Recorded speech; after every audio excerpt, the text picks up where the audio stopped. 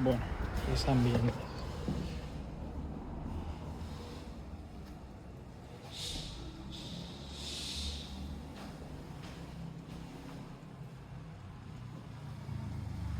Acá tenemos el patio con la cochera y el acceso a la terraza. Los dos dormitorios de 4,5 por 3,5 más o menos, con interior de placada. Muy bueno.